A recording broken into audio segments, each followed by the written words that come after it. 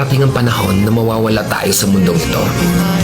At kapag dumating ang panahon na yun, hindi mahalaga sa kung gaano karami ng pera ang naipon mo sa bangko.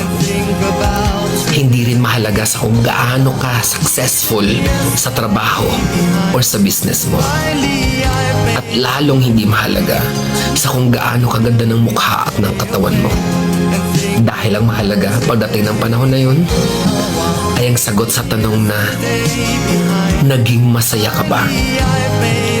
Nagawa mo ba ang kagustuhan ng puso mo kahit pag-gaano ka malito sa mata ng mundo?